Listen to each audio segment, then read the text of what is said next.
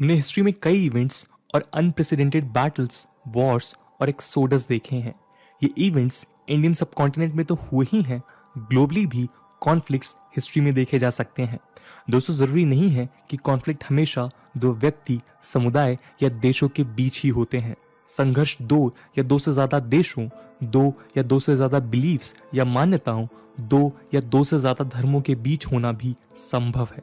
कुछ एग्जांपल्स यदि देखें तो अमेरिका में व्हाइट्स और ब्लैक्स के बीच का कॉन्फ्लिक्ट, मिडिल ईस्टर्न कंट्रीज में लगातार होते आ रहे कॉन्फ्लिक्ट्स जो दो से ज्यादा देशों के बीच हैं, अफगानिस्तान का कॉन्फ्लिक्ट, जेरूसलम में तीन धर्मों के बीच का कॉन्फ्लिक्ट इसके प्रमुख एग्जाम्पल हैं। आज हम इस वीडियो में ऐसे ही एक कॉन्फ्लिक्ट की बात करेंगे जो लेट 1980s से शुरू हुआ था। यह है कश्मीरी पंडित्स के एक्सोडस का मामला। दरअसल अगस्त 15, 1947 में इंडिया और पाकिस्तान का पार्टीशन हुआ था और इस पार्टीशन के बाद से ही कश्मीर और कश्मीर में रहने वाले हिंदू और मुस्लिम पॉपुलेशन को मिलिटेंसी और एक्सट्रीमिज्म से लेकर टेररिज्म तक का सामना लगातार करना पड़ता है। इंडिपेंडेंस के बाद से लेकर अब तक कश्मीर एक हॉट टॉपिक रहा है। इस रीजन के कारण इंडो पाक वॉर्स हुए और चाइना के साथ भी इंडिया ने इस रीजन को लेकर 1962 में लड़ाई की थी। दोस्तों, ये रीजन पाकिस्तान, चाइना और इंडिया के बीच में मौजूद है। क्योंकि इंडिया के साथ इंस्ट्रूमेंट ऑफ एक्सेशन के कारण जुड़ा हुआ है, पाकिस्तान इस बात को एक्सेप्ट नहीं कर पाता। कश्मीर में मेजॉरिटी मुस्लिम है और ये एक बड़ा रीजन है कि पाकिस्तान हमेशा से कश्मीर को अपना हिस्सा बताने के लिए तरह तरह के तरीके अपनाता आया है। कश्मीरी पंडित्स के एक्सोडस की कहानी हिंदू मुस्लिम हेट्रेड से जुड़ी हुई है, लेकिन इस बात को गुड न्यूज कहा जा सकता है कि अब ये तबका वैली में वापस आना शुरू हो चुका है। 2019 में जब सेंट्रल गवर्नमेंट ने जम्मू और कश्मीर का कॉन्स्टिट्यूशन के आर्टिकल 370 के अंडर दिया गया स्पेशल स्टेटस एब्रोगेट किया था, तब से कश्मीर डायरेक्टली इंडियन गवर्नमेंट के अंडर आ चुका है। इस वीडियो में दोस्तों हम कश्मीरी पंडित्स के एक्सोडस के रीजंस, उनके एक्सोडस और वापस लौटने की शुरुआत तक इस वीडियो में डिस्कस करेंगे।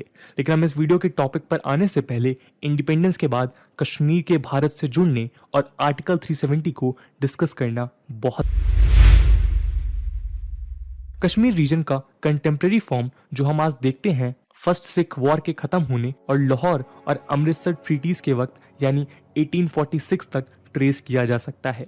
इस वक्त British rule of east India company India में स्ट्रांग हो रहा था। ऐसे में कंपनी ने सिख एम्पायर के लीडर रंजीत सिंह को सक्सेसफुली चैलेंज किया और reportedly forcefully treaty of Amritsar को 1809 में साइन करवा लिया।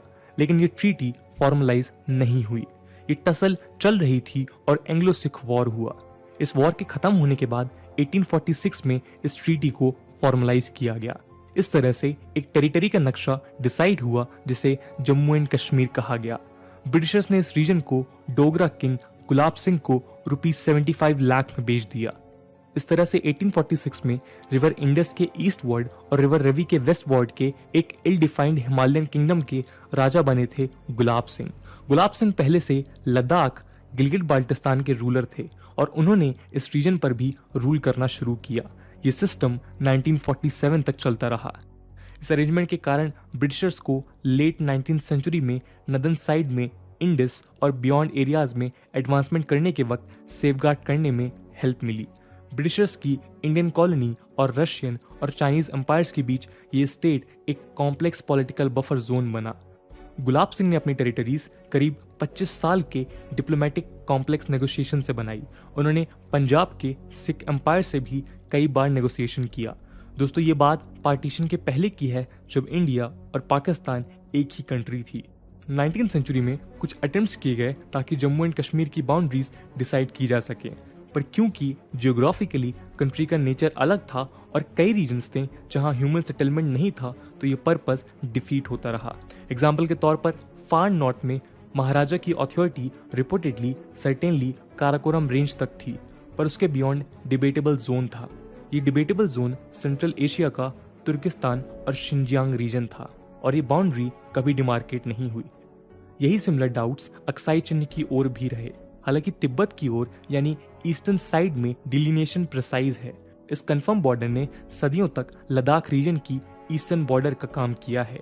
नॉर्थ वेस्ट की बाउंड्रीज 19th सेंचुरी के आखिरी दशक में तय हो गई थी, जब ब्रिटिश ने अफगानिस्तान और रशिया से पमीर्स रीजन में बाउंड्री को डिलिमिट कर दिया था।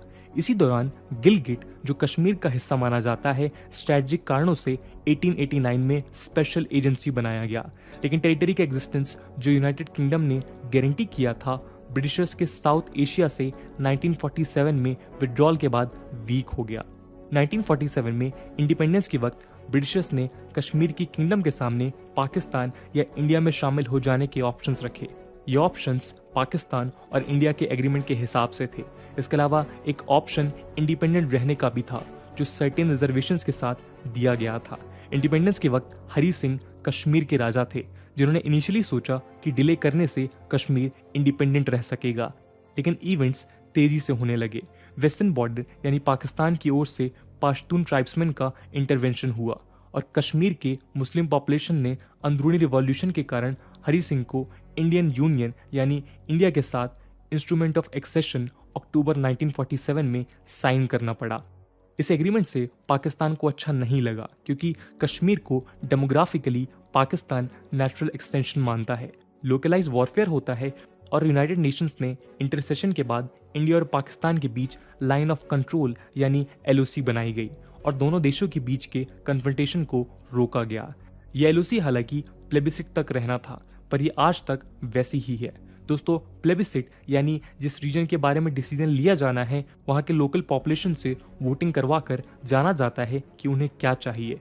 इसे प्लेबिसिट कहते हैं। दोस्तों, जब हरी सिंह ने एग्रीमेंट किया था, तब उन्होंने 1927 के एक लॉ के मुताबिक अपने रीजन के लोगों के लिए स्पेशल प्रिविलेजेस मांगे थे। इसमें इंपॉर्टेंट प्रिविलेज ये था कि कोई भी आउटसाइड स्टेट में प्रॉपर्टी नहीं खरीद सकेगा। कहा जाता है कि ये ब्रिटिशर्स को दूर रखने के लिए मांगा गया था। जवाहरलाल नेहरू गवर्नमेंट ने हरी सिंह की कंडीशन को subject to future final settlement तक एग्री कर लिया था। ये मामला कॉन्स्टिट्यूशन असेंबली ऑफ इंडिया के सामने आया, जो उस वक्त कॉन्स्टिट्यूशन बनाने के काम में लगी हुई थी। लंबे डेलिब्रेशन के बाद आर्टिकल 370 को कॉन्स्टिट्यूशन के पार्ट 21 में जोड़ा गया, जो टेम्पररी, ट्रांजिशनल और स्पेशल प्रोविजन के रूप में प्रोक्लेम किया गया। इस आर्टिकल 370 ने जम्मू एंड कश्मीर को स्पेशल स्टेटस दिया, जो 1954 में एक प्रेसिडेंटल ऑर्डर के साथ ग्रांट किया गया। दोस्तों, 2 साल पहले नरेंद्र मोदी गवर्नमेंट ने इसी आर्टिकल को स्क्रैप किया है। लेकिन इस बात का कश्मीरी पंडित एक्सोडस से क्या संबंध है? दोस्तों, पार्टीशन के बाद जम्मू एंड कश्मीर की सोशियो पॉलिटिकल स्थिति का कश्मीरी पंडित्स के एक्सोडस से डायरेक्ट संबंध है। यदि एक लाइन में कहा जाए तो कश्मीरी हिंदूज या पंडित्स अपनी जान बचाने के लिए कश्मीर वैली को छोड़ रहे थे। इंडिपेंडेंस के बाद से ही कश्मीर में शांति नहीं रही। पाकिस्तान की इंसर्जेंसी, राइज ऑफ मिलिटेंसी और एंटी इंडिया एटीट्यूड के कारण कश्मीर में माहौल बिगड़ता रहा। दोस्तों, कश्मीरी पंडित्स के एक्सोडस के बारे में कई बुक्स हैं और टेस्टिमनीज हैं, जो एंटी इंडिया और एंटी हिंदू आइडियोलॉजीज के कारण उन पर हुए अत्याचारों को बताती हैं। दोस्तों, कश्मीरी पंडित्स के एक्सोडस यानी मास इमिग्रेशन टू इंडियन स्टेट्स यूं तो जनवरी और मार्च 1990 के बीच शुरू हुआ था, लेकिन इसके लिए कुछ इंपॉर्टेंट इवेंट्स जिम्मेदार हैं। 1982 में शेख अब्दुल्ला की मृत्यु हुई थी और नेशनल कॉन्फ्रेंस यानी NC की लीडरशिप उनके बेटे फारूक अब्दुल्ला के हाथों में थी, जिन्होंने 1983 इलेक्शंस जीतकर चीफ मिनिस्टर की पोस्ट संभाली। लेकिन केवल 2 ही सालों में सेंटर ने NC से ब्रेकअप कर लिया और डिसिडेंट गुलाम मोहम्मद शाह को चीफ मिनिस्टर घोषित कर दिया। इससे पॉलिटिकल इंस्टेबिलिटी और डिसअफेक्शन पैदा हुआ। Jammu and Kashmir liberation front यानी JKLF में एक्टिविटीज अचानक तेज हो चुकी थी और मिलिटेंट लीडर मकबूल भट्ट की 1984 में हैंडिंग ने कुछ गलत या बुरा होने के सेंस को और गहरा कर दिया था।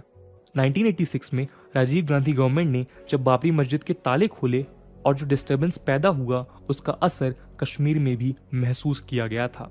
उस दौरान अनंतनाग में तब के कांग्रेस लीडर मुफ्ती मोहम्मद सईद की कॉन्स्टिट्यूएंसी में हिंदू मंदिरों, शॉप्स और प्रॉपर्टीज पर कई अटैक्स हुए।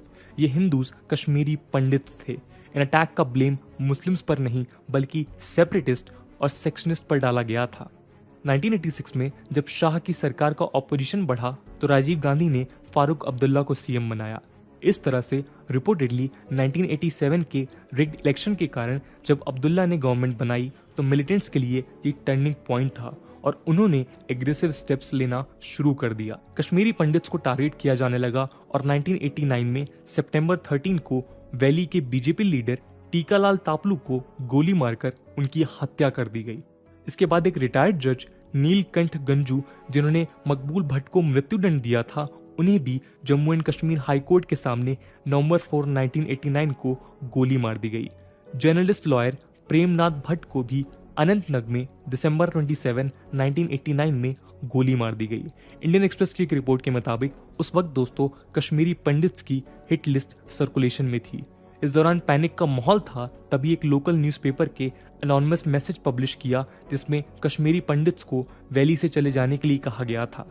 ये मैसेज अलिजिडली हिजबुल मुजाहिदीन का था। जनवरी 19, 1990 को बात हद से आगे बढ़ गई। इस वक्त तक फारूक अब्दुल्ला गवर्नमेंट डिसमिस थी और गवर्नर का रूल इम्पोज था। कई एमिनेंट कश्मीरी पंडित्स के अकाउंट से मालूम होता है कि मॉस्क्यूज से लाउडस्पीकर्स पर थ्रेटनिंग स्लोगन स्प्रेड किए जाते थे और रोड्स और जगहों जगहों पर कश्मीरी पंडित्स को वैली से जाने के लिए कहा जाने लगा था। स्पीचेस दी जाने लगी जिसमें प्रो पाकिस्तान और इस्लाम की सुप्रीमेसी की बातें की जाती थी और हिंदुइज्म के अगेंस्ट स्टैंड होता था। कई कश्मीरी पंडित्स मारे भी गए। कश्मीरी पंडित कम्युनिटी ने वहां से निकल जाना ही बेहतर समझा और जनवरी 20, 1990 को फर्स्ट स्ट्रीम ने वैली छोड़ना शुरू किया। दोस्तों, कश्मीरी पंडित संघर्ष समिति यानी KPSS के मुताबिक जनवरी 1990 में 75,343 कश्मीरी पंडित फैमिलीज वैली छोड़कर चली गईं और 1990 से 1992 के बीच 70,000 और लोग वैली से चले गए। ये एक्सोडस 2000 तक चलता रहा। KPSS के मुताबिक 1990 से 2011 के बीच 399 कश्मीरी पंडित्स की मिलिटेंट्स के हाथों किलिंग्स हुई हैं। करेंटली वैली में करीब 800 कश्मीरी पंडित की फैमिलीज बाकी हैं। लेकिन दोस्तों, ये ट्रेंड आर्टिकल 370 की स्क्रैप होने के बाद चेंज होता नजर आता है। हालांकि ये कॉम्प्लिकेटेड है क्योंकि कश्मीर में हॉस्टिलिटी अब भी बाकी है। 1990s के बाद से 2019 तक करीब 3800 कश्मीरी माइग्रेंट्स वापस वैली में लौट चुके हैं। इसके अलावा आर्टिकल 370 के एब्रोगेशन के बाद से 520 लोग वापस लौटे हैं जो प्राइम मिनिस्टर के पैकेज के अंडर जॉब ले सकेंगे। ये बात दोस्तों मार्च 17, 2021 को गवर्नमेंट ने पार्लियामेंट में बताई थी। गवर्नमेंट ने यह भी बताया था कि इस साल करीब 2000 और माइग्रेंट्स के लौटने की संभावना है। ये रिस्पॉन्स कश्मीरी पंडित से रिलेटेड एक सवाल पर दिया गया था। रिसेंटली जुलाई 2021 में द हिंदू की एक रिपोर्ट के मुताबिक जम्मू और कश्मीर के लेफ्टिनेंट गवर्नर के एडमिनिस्ट्रेशन में 6000 ट्रांजिट एकोमोडेशंस को बनाने का काम तेज कर दिया गया है और कश्मीरी पंडित्स को रजिस्टर किया जा रहा है ताकि कम्युनिटी का वैली में देश के अलग अलग हिस्सों से आना शुरू हो सके।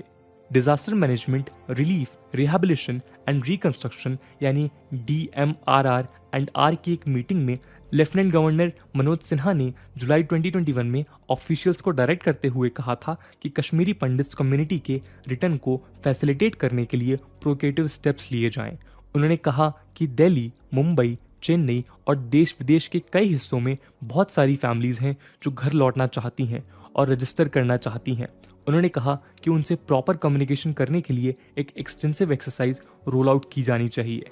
वैली के हिस्सों में 6000 ट्रांजिट एकोमोडेशन के अलावा गंदरबल, सोफियान, बंदीपोरा और नॉर्थ कश्मीर में बारामुल्ला और कुपवारा में 1200 और ट्रांजिट एकोमोडेशन बनाए जाएंगे। इसके अलावा ऑफिशियल्स के मुताबिक 2744 मोर यूनिट्स के लिए लैंड आइडेंटिफाई की जा चुकी है जो 7 लोकेशंस पर होंगी। PM पैकेज के अंडर कश्मीरी पंडित्स का रिहैबिलिटेशन शुरू तो हुआ है पर यह अब भी मुश्किल है क्योंकि कई सारे फैक्टर्स इसमें एक साथ प्ले करते हैं। वैली में लौटने की विश पिछले 30 सालों में डिमिनिश नहीं हुई है, लेकिन ये एक आइडिया है जो रियल एम्बिशन में रेयरली कन्वर्ट होता है। सक्सेसिव गवर्नमेंट्स प्रॉमिस तो करती आई हैं पर ऑन द ग्राउंड सिचुएशन ज्यादा चेंज नहीं हुई है।